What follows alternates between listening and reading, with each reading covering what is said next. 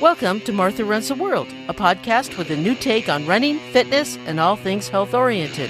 I'm Martha Hughes, your host, and each week I present a new topic that is of interest to all runners. Hi, and welcome to episode 348 of Martha Runs the World. Thank you for joining me. I appreciate it each and every week. There have only been a few times in the years of my podcast where I've thought about not putting out a show. This week is one of them. I have to tell you, I have an infected tooth and it really hurts. It's a little better today because I'm on antibiotics. I'm going to the dentist tomorrow. So I'm talking funny. I'm sorry. I might talk a little funny because it kind of hurts. And it's been a rough week, let me tell you. But I am happy to do my show. I love doing my show, and I must continue to do it.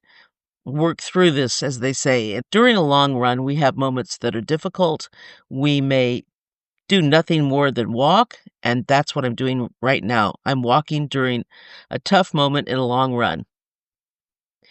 One extremely important part of a runner's toolkit is their diet, and I consider it a runner's toolkit. I consider the runner's toolkit is this big box, and everything that we do to help our runs is in that toolkit, and the diet is one really big part of that toolkit. I've talked about food a lot on this show, and for good reason. It's very important, and I don't mind talking about it today again. I'm going to put a lot of things together in one show that I've talked about separately. It's so important that if it's done right, your diet can carry you through some very tough races, and you don't even think about it. And if it's done poorly, you will think about it for a long time because you probably get a DNF, and it'll probably be one of the most uncomfortable moments of your life. I do have experience in that, and I will tell you about that in a little bit. Yes, I will. This week, I'm going to focus on the direct correlation of food to our running and how it can help or hurt us in races or long runs. When we start running, we don't understand the correlation, the relationship between running and nutrition. And we don't really get it unless we were athletes before in some other sport. If we've never done a sport, or if it's been 30, 40 years since we've done a sport, we don't get it. And we learn kind of the hard way. And that's okay.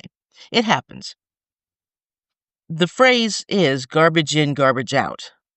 And that's a really useful phrase because if you don't put in good food, if you don't start with good nutritional habits, how can you expect to run well? How do you expect to be a good runner? We learn very fast that there are some foods that are better left not eaten while in training or ever. And we also learn that even if they're good foods, if they're nutritional foods, they're best not eaten the day before a race, the morning before a race. If I ask every runner what type of food they need to avoid right before a race, they'll tell me probably different foods. Everyone has a kryptonite that they can't eat right before a race. For me, it's dairy. I have to avoid dairy before a race or during a race. Some people can have those cheese enchiladas or quesadillas during a race. Not me. No. I have to stay away from those. Or pizza. Some people can eat pizza during a race. Not me. I have a story. Now, a lot of times they find out the hard way. And once you run a lot, especially if you run long races, long trail races or ultra races, you will have stories about how the nutrition that you did done you wrong. Or as we say, done you wrong stories, as the saying goes. I have one of those.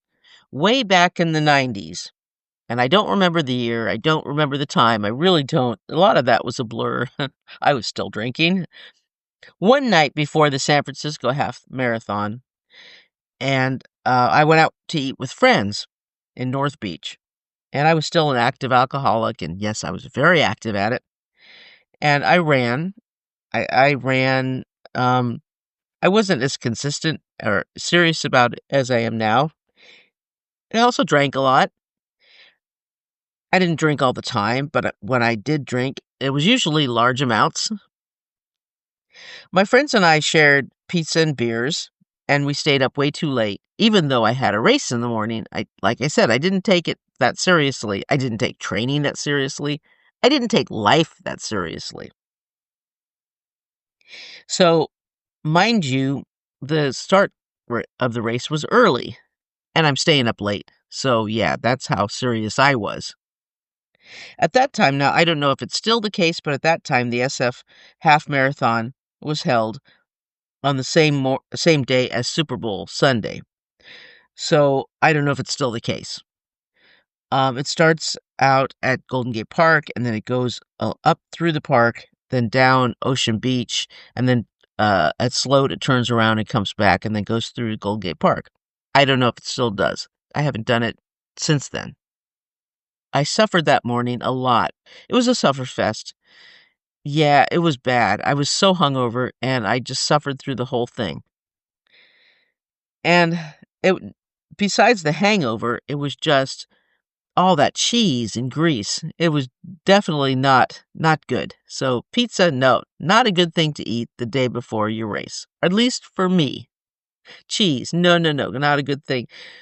And beers, no, no, no. Of course, I don't drink anymore, so that's not a problem, but the pizza is a problem. Cheese is not anything that I should have ever before a race. Dairy is not my friend pre-race or before a long run. I've learned that, and that's something that I just avoid. So you have to learn what you need to avoid before your long run or your race. Now, with more than 20 years of sobriety under my belt, I can I can say that I don't miss running with a hangover, and I've done it so many times before. I was awful, and no, never again. Now let's jump to talking about how food is used by the body. Glucose, the simplest unit of energy used, a simple sugar that circulates in the blood where we most easily access it for energy. When it's not utilized, it's stored as glycogen in the muscle and liver. Moderate intensity activity over just 20 minutes will tap out blood glucose, requiring breakdown of stored glycogen. When glycogen runs out, we begin utilizing fat and protein, which is less efficient for energy production and causes breakdown and injury. And that's really important. I don't think that's expressed enough or emphasized enough for people who are fasting, quote unquote, starving, or who go on keto. They are actually at most risk for injury. There are three sources of energy provided for us in the foods we eat. Carbohydrates provide the simplest and most accessible glucose. They are the ultimate nutrient for runners because an active body prefers them as a fuel source. Fats can also provide high amounts of energy for long efforts at a lower intensity, but require more steps to be broken down for use. Healthy fats help runners meet high calorie needs from small portions of food. Protein is not an ideal fuel source, but vital for its role in muscle repair and strength to prevent breakdown and injury.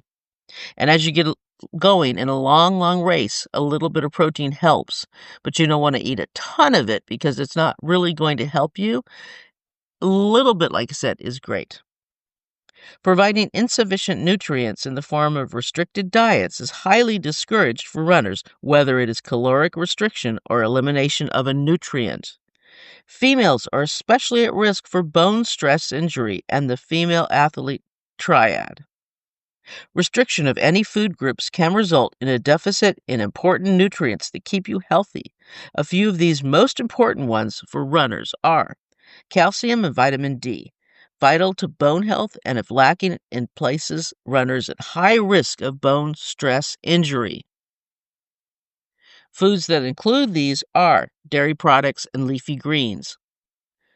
Iron. Iron supplies oxygen in blood for energy production.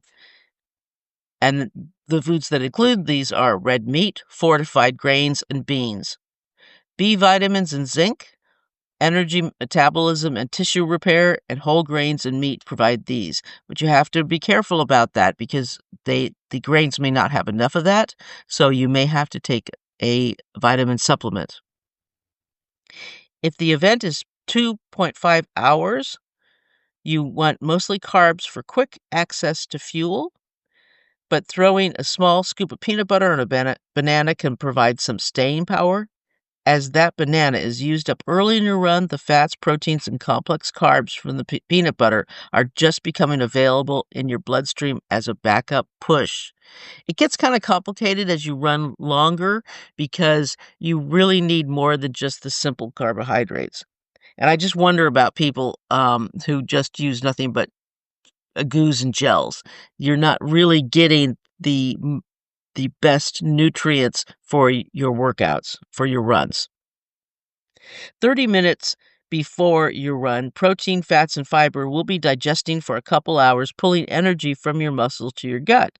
Stick to something high in that glycemic chart, like a gel or sports drink, which will be immediate glucose in your bloodstream.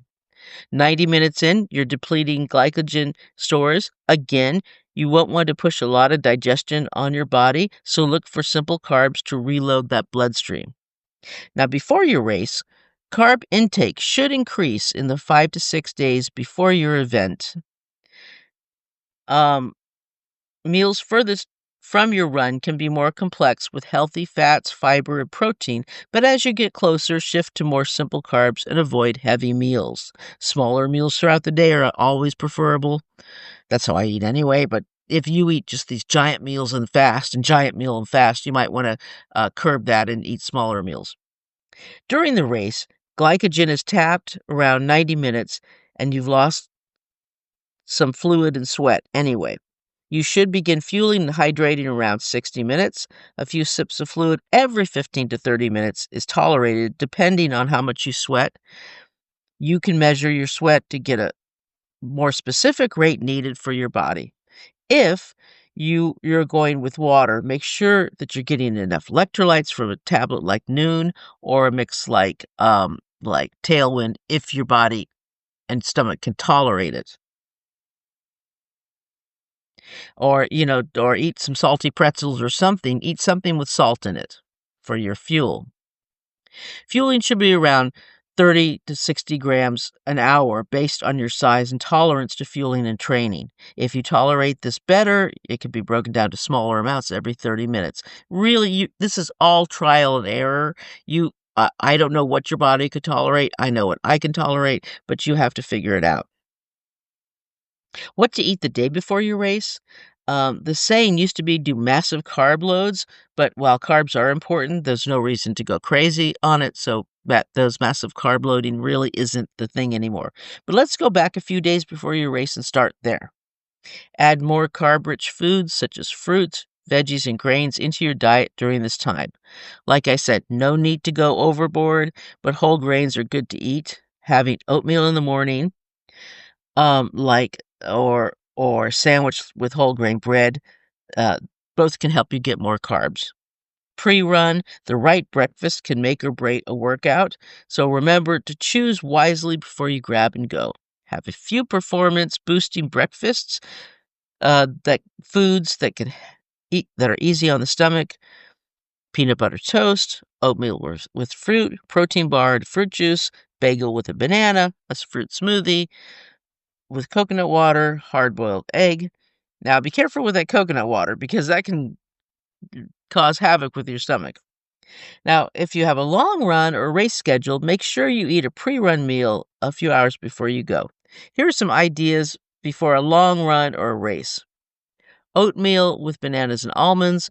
Now, this is a quick and simple breakfast that you could eat before your race. It's easy on the stomach, too. Toast with eggs. That's always a really nice one. Stir fry with rice, eggs, and vegetables. That's a good one. Turkey and cheese sandwich on whole grain bread. Now, there's no reason why you can't have a sandwich for breakfast. I don't see that anyway. Pancakes with different toppings. Pancakes are awesome. A pasta with sauce. Okay, why not have pasta for breakfast? I don't see a reason for that. If your stomach can handle it, Greek yogurt with berries and granola if you don't have problems with dairy. Bagels with cream cheese, again, if you don't have problems with dairy. If you do, have bagels with peanut butter. A toast or toast with peanut butter and jelly. There you go. You have to decide what works for you and what doesn't work for you, and it's always trial and error. You might find out the hard way on a long run that you can't handle that coconut water, or that you can't handle that dairy, or that you have to be careful on the amount of of grains you eat. It really just depends on you and your body. Whether you're on a long run or a race, it's important to think ahead. That means replenishing your sodium levels and electrolytes with gels, salt tabs, pickle juice, olives, I like that, or sports drinks. Now, see, I said olives because if you go to Trader Joe's, if you have a Trader Joe's near you, they have these olive packets, these single serving olive packets, and they are so good. They're green olives, which I love, and they're in single serving. They're like a dollar, a dollar and a half, and you can get one of those, and they are absolutely delicious. They're so easy to take with you. Take one of those with you, and you can have some green olives as a treat, and you get your salt and your electrolytes all nice and balanced out. And man, they are so good. So a nice a nice hint for you on your next trip to Trader Joe's. Don't wait until you're thirsty to drink, is the common thought. And don't wait until you're hungry to eat. Eat ahead of time and drink ahead of time earlier in the race, because a good friend of mine, who actually a listener to the show, said to eat early in the race, because later on, or in your run, because later on your stomach might be upset and you might not be able to eat. So that's really good advice. Eat enough early in your race, because you might have problems later. So I think that's really, really good advice to stick to, and I try to do that now. And I haven't had any problems with my stomach in the last few months. So yeah, it's decent advice. It's better to drink more water mixed with hydration mix rather than just plain water. I remember years ago I did a trail half marathon in the summer, and it was quite warm. And there were lots of stairs. I mean, lots and lots and lots of stairs.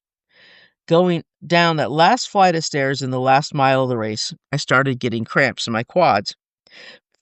And fortunately, I had some salt tabs, and that helped a lot. But I realized I was only drinking water. I hadn't even had any of the electrolyte mix that they offered at the aid stations. I don't know why, but I just didn't. So I wasn't used to the hot water, wasn't getting the electrolyte mix I needed. Yeah, that's a recipe for cramping. Yeah, so no, I had never made that mistake again after that. So that was definitely lesson learned. So and I sweat a lot. So I lose a lot of salt. I lose a lot of the electrolytes I need. So when it's hot out, I don't even drink plain water. I just usually put in a Nuun tab, and then I drink that, and then I will continually maybe keep putting water in there, so it's I will dilute the Nuun tab, the water, so that until there's nothing left, and then I'll fill it up with water, and then I'll put another Nuun tab in. So I continually get the benefits of that tablet. Okay, you've just finished your long run. It's a training run, and it's time to fill up that empty stomach. And boy, are you hungry. But before heading to your favorite fast food joint, remember that not all calories are good calories. And nothing sounds as good as a cheeseburger, fries, and a large Coke, or a chocolate shake. Yum. But do you really want to hurt your training with all those calories? Now, it's one thing to splurge after a tough long race, especially that race you've been training for all season. But it's another thing to do it after a long run. I mean, besides, you're going to do a bunch of long runs in your training, right? So, are you going to splurge after every long run? That might hurt your training. So, I would say not to go to a fast food place every time you have a long training run. Save that for after your race. Get a really good meal, and it doesn't have to be boring, but get a good, delicious, healthy meal after your training run. Have really good food afterwards. Enjoy that meal. Enjoy that post-run meal, and just but have it be really healthy and enjoy that and savor the post-race meal, that fast food meal after your race. Save that and look forward to that. That will be your reward after your race. And In-N-Out is my treat after a long race. Let me tell you, that's where I go. Okay, should you eat before a run, or is it better to run on an empty stomach? Well, it depends. If you're just going 3 or 4 miles, there's nothing wrong with going on an empty stomach. But if you're going longer, I think you really do need to eat. Personally, I'm not one of these who runs fasted. I just don't do that. It's generally recommended to eat before you go on a run, especially if you're running more than 45, 60 minutes, or if it's a especially challenging workout. But there's no need to eat immediately before you run. You have to give yourself some time to digest it. If you go out and run right when you get up in the morning and you're only going to go a couple miles, then you really don't have to. But if you're going to be out all day, yeah, you really do need to eat. It's your personal preference to do. If you're doing an easy run in the morning, that's fine. But if you feel weak and lightheaded, then that's probably telling you really needed to eat. Ideally, you should wait like at least an hour and a half. I usually would wait an hour and a half after I eat breakfast to go run. That gives me enough time. I used to wait 2 hours, but I found that was a long time. An hour and a half is pretty good for me. But you have to decide what is good for you. All of this is personal preference and experience, so you figure out what the best time is for you.